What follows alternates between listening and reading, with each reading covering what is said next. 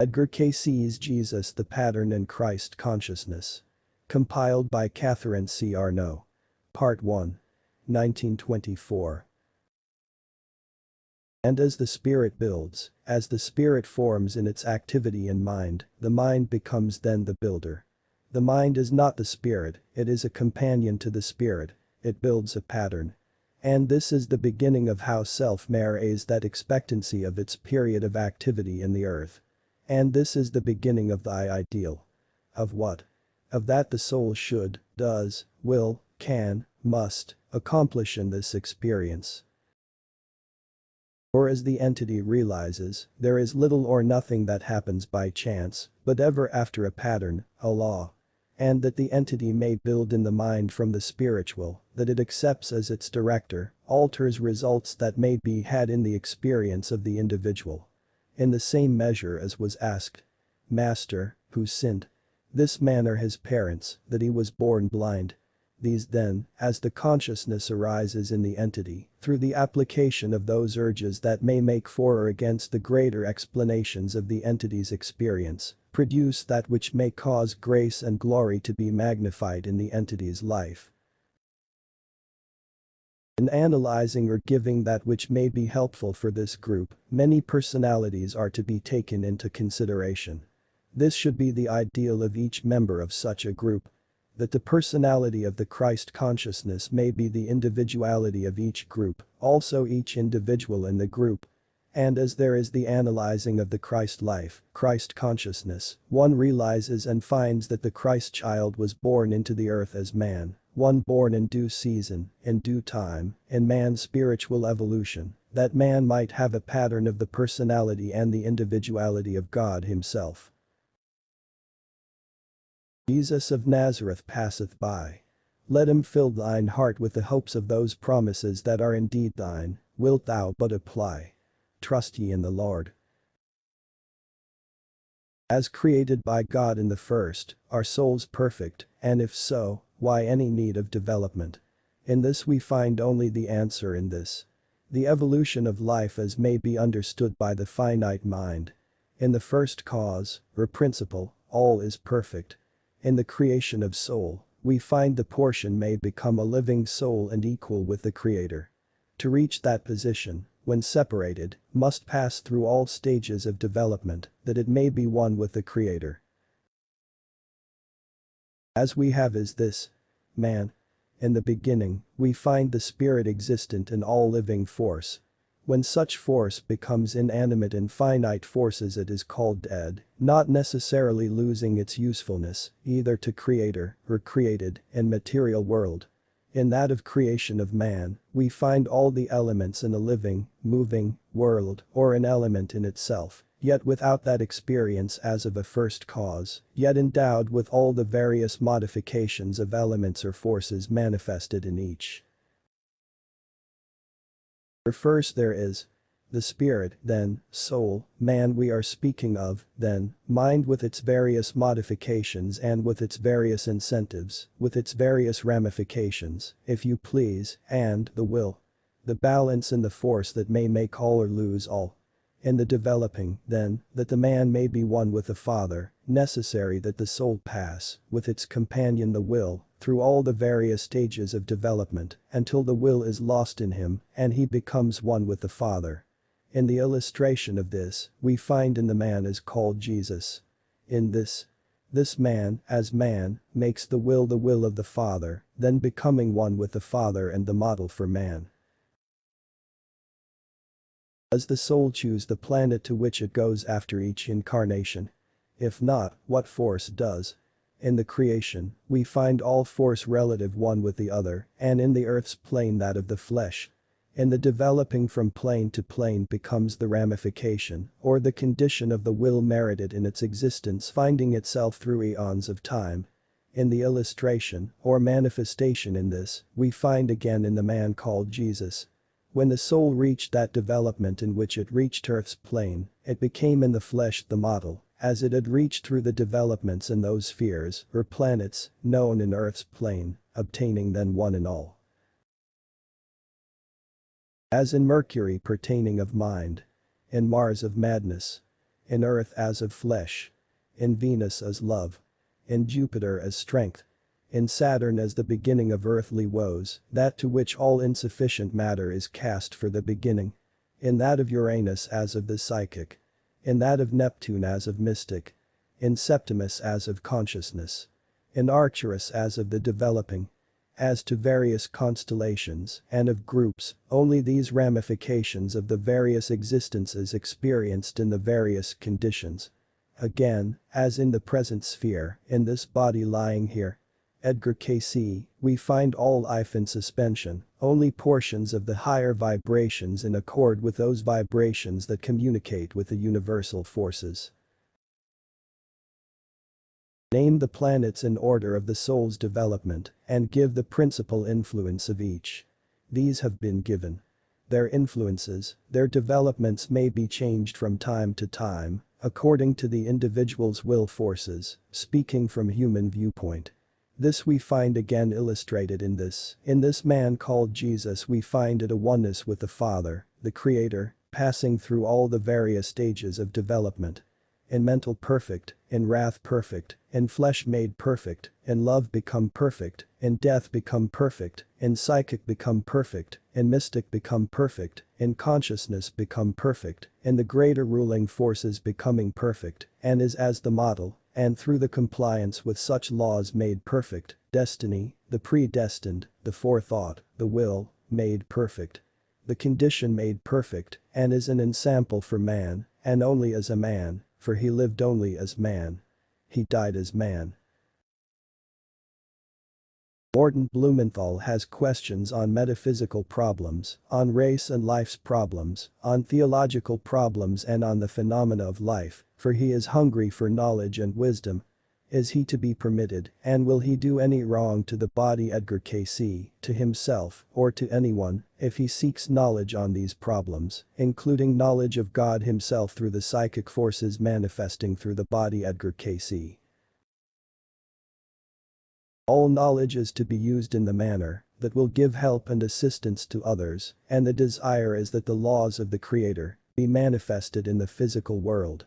For is given, be faithful and subdue the world. All power is given through knowledge and understanding.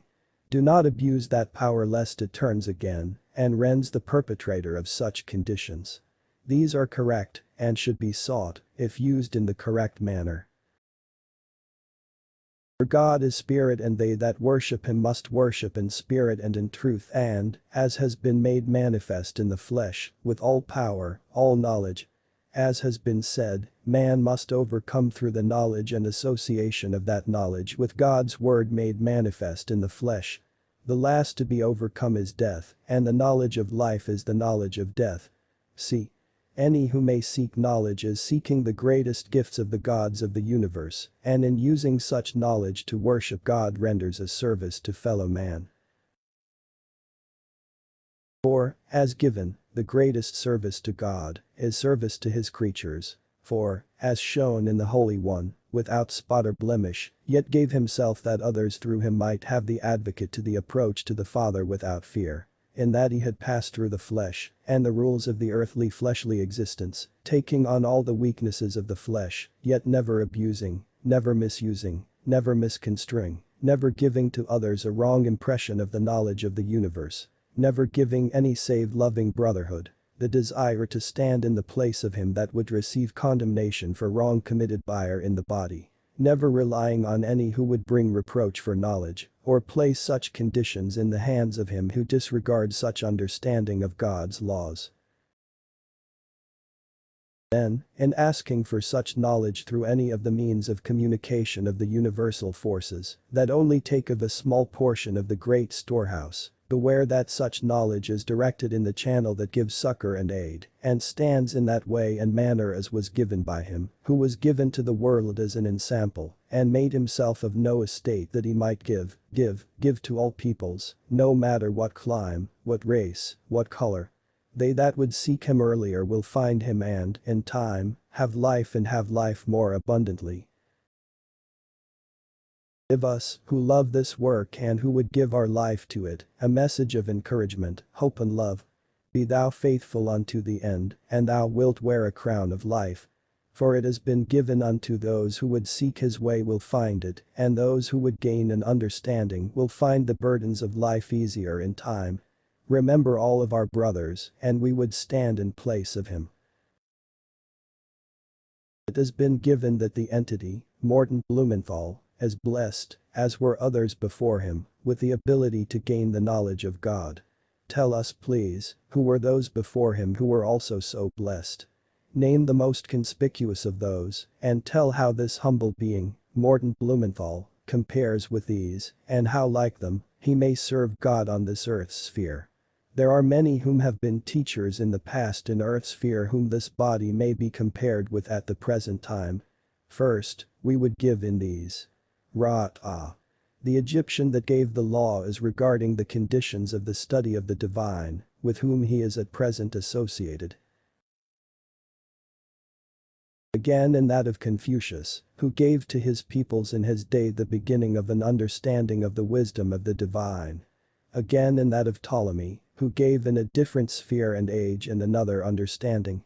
Each, as we see, taking some branch or version, that is found in the followers of each a different condition in the end. Not meeting all the needs of all conditions of mankind in his evolution in Earth's plane. This body, Morton Blumenthal, with his mental abilities, his insight into spiritual elements, and with the day and age, and with the foreknowledge, and with the age when all are seeking for the understanding, may gain that knowledge wherein others failed, he, Morton Blumenthal, may so correlate the truths in such a manner as to make the fast approach of that great day of the Lord. There are many others. These three are given, for they represent the phases of man's mind, seeking the close relations to the divine from purely man's viewpoint, without considering the ensample as has been said in a world, where the consciousness of mental, the consciousness of soul, the consciousness of spirit, is now manifest in a material plane, through knowledge of the meek and lowly Nazarene. Then, the comparison is that the body, the mind, the soul, the spirit, of Morton Blumenthal may, with the insight as given, give to a world a closer comradeship with the Father. It has been given that the development of the spirit entity of this individual, Morton Blumenthal, has reached that point where it has achieved the blessing of this ability to gain the knowledge. Explain and give us the history of this development. Has that development always and only be in the plane of man? What is meant by plane of man, as given this body in a reading? Spirit entity and its development refers not to an earth existence or plane. The development of this spirit entity of Morton Blumenthal refers to its development in the spirit entity in other than an earth plane. The plane of man refers to the soul and spirit, forming the entity in the human, physical, body in a material world. Do not confuse each development, but consider their correlation one with the other.